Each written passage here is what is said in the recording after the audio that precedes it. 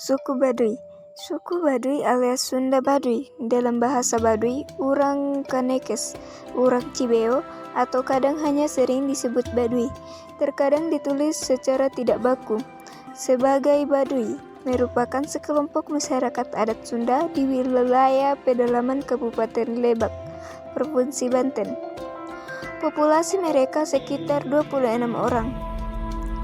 Mereka merupakan salah satu kelompok masyarakat yang menutup diri mereka dari dunia luar.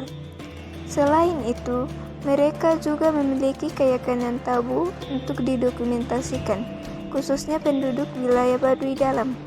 Suku Baduy termasuk subsuku dari suku Sunda. Mereka dianggap sebagai masyarakat Sunda yang belum terpengaruh modernisasi atau kelompok yang hampir sepenuhnya terasing dari dunia luar. Masyarakat Baduy menolak istilah wisata atau parawisata untuk mendeskripsikan kampung-kampung mereka. Sejak 2007, untuk mendeskripsikan wilayah mereka serta untuk menjaga kesakralan wilayah tersebut, masyarakat Baduy memperkenalkan istilah Sabak Budaya Baduy yang bermakna silaturahmi kebudayaan Baduy. Etimologi sebutan Baduy merupakan sebutan yang diberikan oleh penduduk luar kepada kelompok masyarakat tersebut. Berawal dari sebutan para peneliti Belanda yang agaknya mempersamakan mereka dengan kelompok Arab Badawi yang merupakan masyarakat yang berpindah-pindah atau nomaden. Kemungkinan lain adalah karena adanya Sungai Baduy dan Gunung Baduy yang ada di bagian utara dari wilayah tersebut.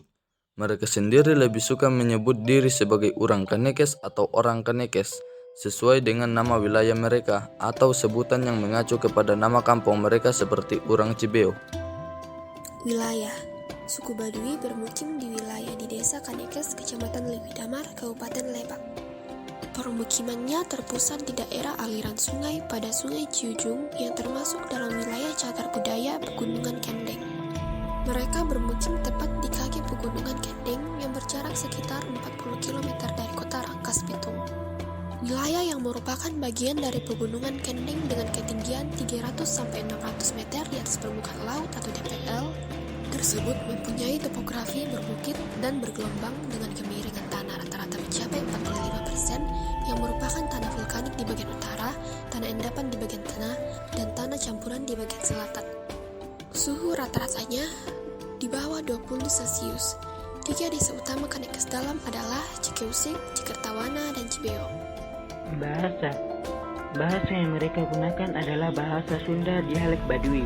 Untuk berkomunikasi dengan penduduk luar, mereka lancar menggunakan bahasa Indonesia walaupun mereka tidak mendapatkan pengetahuan tersebut dari sekolah. Orang Kanekes dalam tidak mengenal budaya tulis sehingga adat istiadat, kepercayaan atau agama dan cerita nenek moyang hanya tersimpan di dalam tuturan lisan saja. Orang Kanekes tidak mengenal sekolah karena pendidikan formal berlawanan dengan adat istiadat mereka. Mereka menolak usulan pemerintah untuk membangun fasilitas sekolah di desa-desa mereka. Bahkan hingga hari ini walaupun sejak era Soeharto pemerintah telah berusaha memaksa mereka untuk mengubah cara hidup mereka dan membangun fasilitas sekolah modern di wilayah mereka, orang Kanekes masih menolak usaha pemerintah tersebut.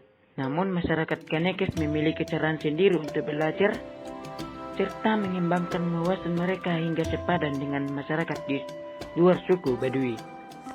Kelompok masyarakat. Masyarakat Kanekes secara umum terbagi menjadi 3 kelompok, yaitu Tangtu, Panamping, dan Dangka.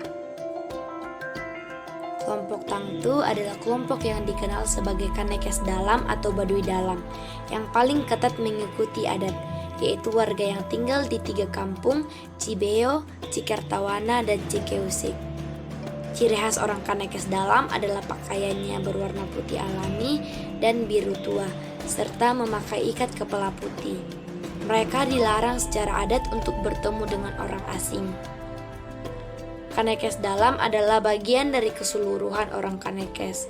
Tidak seperti Kanekes luar, warga Kanekes dalam masih memegang teguh adat istiadat nenek moyang mereka. Sebagian peraturan yang dianut oleh orang Kanekes dalam antara lain: yang pertama, tidak diperkenankan untuk menggunakan kendaraan untuk sarana transportasi. Yang kedua, tidak diperkenankan untuk menggunakan alas kaki. Yang ketiga, pintu rumah harus menghadap ke utara atau selatan, kecuali rumah sang puun atau ketua adat. Yang keempat, larangan menggunakan alat elektronik. Yang kelima, menggunakan kain berwarna hitam atau putih sebagai pakaian yang ditenun dan dijahit sendiri, serta tidak diperbolehkan menggunakan pakaian modern. Kelompok masyarakat yang kedua disebut panamping. Panamping adalah mereka yang dikenal sebagai Kanekes luar atau Baduy luar, yang tinggal di berbagai kampung yang tersebar mengelilingi wilayah Kanekes dalam, seperti Cikadu, Kaduketuk, Kadukolot, Gajebo, Cisagu, dan lain sebagainya. Masyarakat Kanekes luar berciri khas mengenakan pakaian dan ikat kepala berwarna biru gelap. Kanekes luar merupakan orang-orang yang telah keluar dari adat dan wilayah Kanekes dalam. Ada beberapa hal yang menyebabkan dikeluarkannya warga Kanekes dalam ke Kanekes luar. Yang pertama, mereka telah melanggar adat masyarakat Kanekes dalam. Yang kedua, berkeinginan untuk keluar dari Kanekes dalam. Yang ketiga, menikah dengan anggota Kanekes luar. Ciri-ciri masyarakat orang Kanekes luar. Yang pertama, mereka telah mengenal teknologi seperti peralatan elektronik. Yang kedua, proses pembangunan rumah penduduk Kanekes telah menggunakan alat-alat bantu seperti gergaji, palu, paku, dan lain sebagainya, yang sebelumnya dilarang oleh adat Kanekes dalam.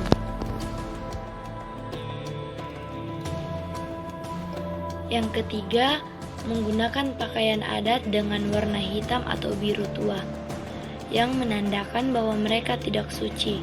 Kadang menggunakan pakaian modern seperti kaos oblong dan celana jeans. Yang keempat, menggunakan peralatan rumah tangga modern seperti kasur, bantal, piring, dan gelas kaca, ataupun gelas plastik. Yang kelima, mereka tinggal di luar wilayah Kanekes dalam. Yang keenam, sebagian di antara mereka telah terpengaruh dan berpindah agama. Apabila Kanekes dalam dan Kanekes luar tinggal di wilayah Kanekes, maka Kanekes dangkal tinggal di luar wilayah Kanekes. Dan pada saat ini tinggal dua kampung yang tersisa, yaitu Padawaras dan Siradayu. Kampung dangkal tersebut berfungsi sebagai semacam buffer zone atas pengaruh dari luar wilayah Kanekes. Asal-usul. Menurut kepercayaan yang mereka anut, orang Kanekes mengaku keturunan dari Batara Cikal, salah satu dari 7 dewa atau Batara yang diutus ke bumi. Asal-usul tersebut sering pula dihubungkan dengan Nabi Adam sebagai nenek moyang pertama. Menurut kepercayaan mereka, Adam dan keturunannya termasuk warga Kanekes, mempunyai tugas bertapa atau asketik atau mendita untuk menjaga harmoni dunia. Pendapat mengenai asal-usul orang Kanekes berbeda dengan pendapat para ahli sejarah, yang mendasarkan pendapatnya dengan cara sintesis dari beberapa bukti sejarah berupa prasasti, catatan perjalanan pelaut Portugis dari Tiongkok, serta cerita rakyat mengenai Tatar Sunda yang cukup minim keberadaannya. Masyarakat Kanekes dikaitkan dengan kerajaan Sunda yang sebelum keruntuhannya pada abad ke-15 berpusat di Pakuan, Pajajaran, sekitar Bogor sekarang. Sebelum berdirinya Kesultanan Banten, wilayah ujung barat Pulau Jawa ini merupakan bagian penting dari kerajaan Sunda. Banten merupakan pelabuhan dagang yang cukup besar.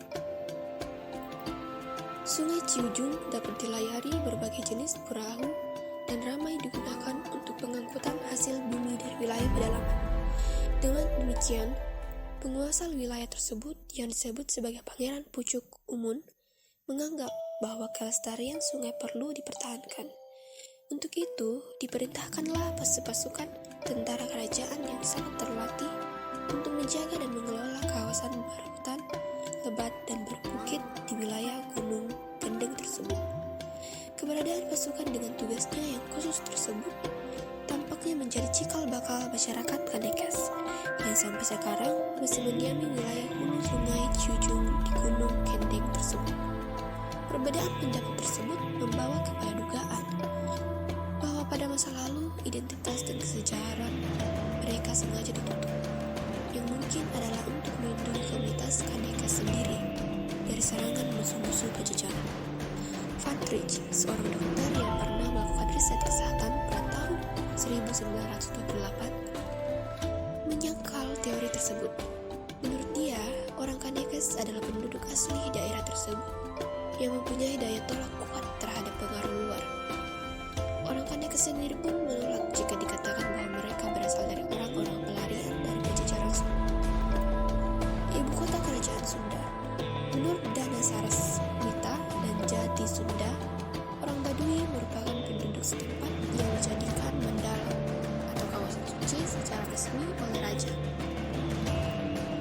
Karena penduduknya berkewajiban memelihara kebuyutan atau tempat pemujaan leluhur atau nenek moyang, bukan agama Hindu atau Buddha. Kebuyutan ini di daerah ini dikenal dengan Kebuyutan Jati Sunda atau Sunda asli atau Sunda Buyutan. Oleh karena itu, agama asli mereka pun diberi nama Sunda Wiwitan. Kepercayaan masyarakat Kanekes yang disebut sebagai ajaran Sunda Wiwitan, ajaran leluhur turun-temurun yang berakar pada penghormatan kepada karuhun atau arwah leluhur dan pemujaan kepada roh kekuatan alam atau animisme. Meskipun sebagian besar aspek ajaran ini adalah asli tradisi turun-temurun, pada perkembangan selanjutnya, ajaran leluhur ini juga sedikit dipengaruhi oleh beberapa aspek ajaran Hindu, Buddha, dan kemudian dari ajaran Islam.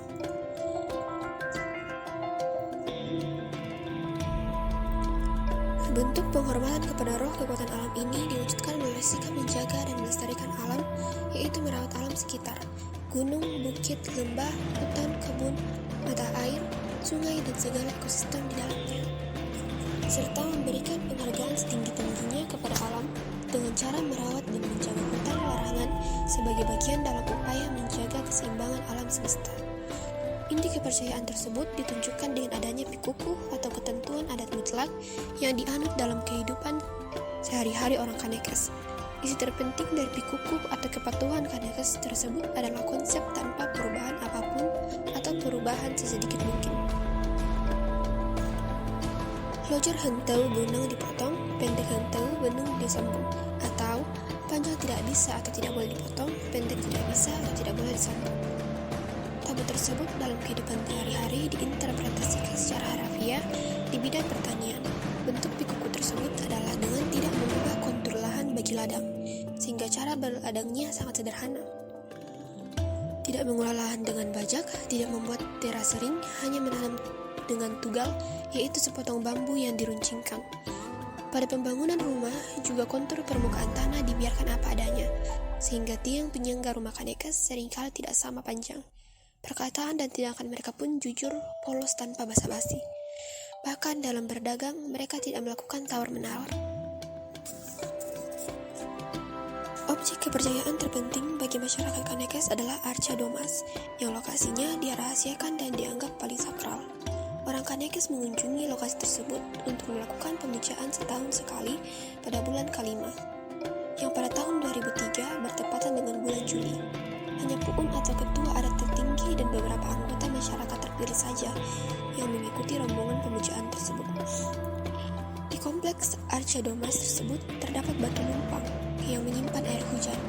Apabila pada saat pemujaan temukan batu numpang tersebut ada dalam keadaan penuh air yang jernih, maka masyarakat Kanekes itu merupakan pertanda bahwa hujan pada tahun tersebut akan banyak turun dan panen akan berhasil baik.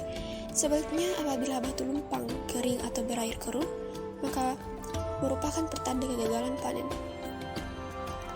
Bagi sebagian kalangan, berkaitan dengan keteguhan masyarakatnya, kepercayaan yang dianut masyarakat adat Kanekes ini mencerminkan kepercayaan keagamaan masyarakat Sunda secara umum sebelum masuknya Islam.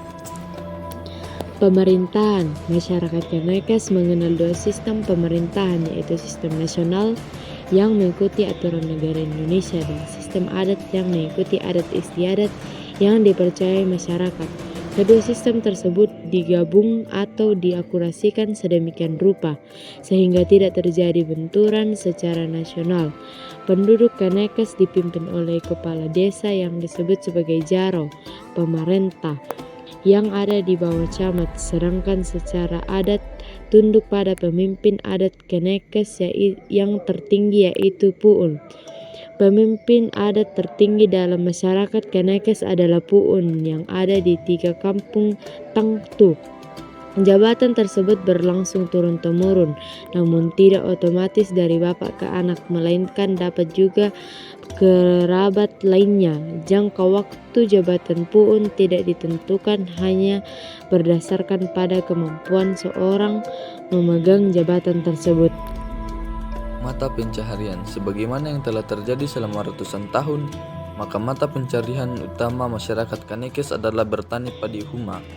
Selain itu, mereka juga mendapatkan penghasilan tambahan dari menjual buah-buahan yang mereka dapatkan di hutan, seperti durian dan asam keranji serta madu hutan. Interaksi dengan masyarakat luar. Masyarakat Kanekes yang sampai sekarang ini ketat mengikuti adat istiadat, bukan merupakan masyarakat terasing, terpencil ataupun masyarakat yang terisolasi dari perkembangan dunia luar. Berdirinya Kesultanan Banten yang secara otomatis memasukkan Kanekes ke dalam wilayah kekuasaannya pun tidak lepas dari kesadaran mereka sebagai tanda kepatuhan. Pengakuan kepada penguasa, masyarakat Kanekes secara rutin melaksanakan seba ke Sultanan Banten Garna 1993. Sampai sekarang upacara seba tersebut terus dilangsungkan setahun sekali, berupa menghantar hasil bumi, padi, palawija, buah-buahan kepada Gubernur Banten, sebelumnya ke Gubernur Jawa Barat, melalui Bupati Laba di kota Rangkasabitung. Di bidang pertanian, penduduk Kanekes luar berinteraksi erat dengan masyarakat luar, misalnya dalam sewa menyewa tanah dan tenaga buruh. Perdagangan yang pada waktu yang lampau dilakukan secara barter, sekarang ini telah mempergunakan mata uang rupiah biasa. Orang Kanekes menjual hasil buah-buahan, madu dan gula kawung aren melalui para tengkulak. Mereka juga membeli kebutuhan hidup yang tidak diproduksi sendiri di pasar. Pasar bagi orang Kanekes terletak di luar wilayah Kanekes seperti Pasar Kroya, Cibengkung, dan Cibolengger. Pada saat ini, orang luar yang mengunjungi wilayah Kanekes semakin meningkat, sampai dengan ratusan orang per kali kunjungan. Biasanya merupakan remaja dari sekolah, mahasiswa, dan juga para pengunjung dewasa lainnya. Mereka menerima para pengunjung tersebut bahkan untuk menginap 1 malam, dengan ketentuan bahwa pengunjung menuruti adat istiadat yang berlaku di sana. Aturan adat tersebut antara lain tidak boleh berfoto di wilayah Kanekes dalam, tidak menggunakan sabun, sampo atau sikat gigi dengan pasta gigi di sungai, tidak boleh membuang sampah sembarangan. Namun, wilayah Kanekes tetap terlarang bagi orang asing, non-WNI. Beberapa wartawan asing yang mencoba masuk sampai sekarang selalu ditolak masuk. Pada saat ini pekerjaan di ladang tidak terlalu banyak. Orang Kanekes juga senang berkelana ke kota besar sekitar wilayah mereka dengan syarat harus berjalan kaki. Pada umumnya mereka pergi dalam rombongan kecil yang terdiri dari 3-5 orang, berkunjung ke rumah kenalan yang pernah datang ke Kanekes sambil menjual madu dan hasil rajinan tangan. Dalam kunjungan tersebut biasanya mereka mendapatkan tambahan uang untuk mencukupi kehidupan.